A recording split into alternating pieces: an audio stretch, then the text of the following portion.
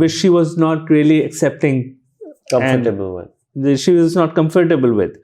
But after a while, she gave me the chance to express what I really wanted to convey, and I was able to convey to my satisfaction what I wanted her to listen, and she listened to that message very pensively and very complacently, so that satisfied me.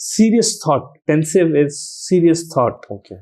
And complacently is, I think, peacefully or complacently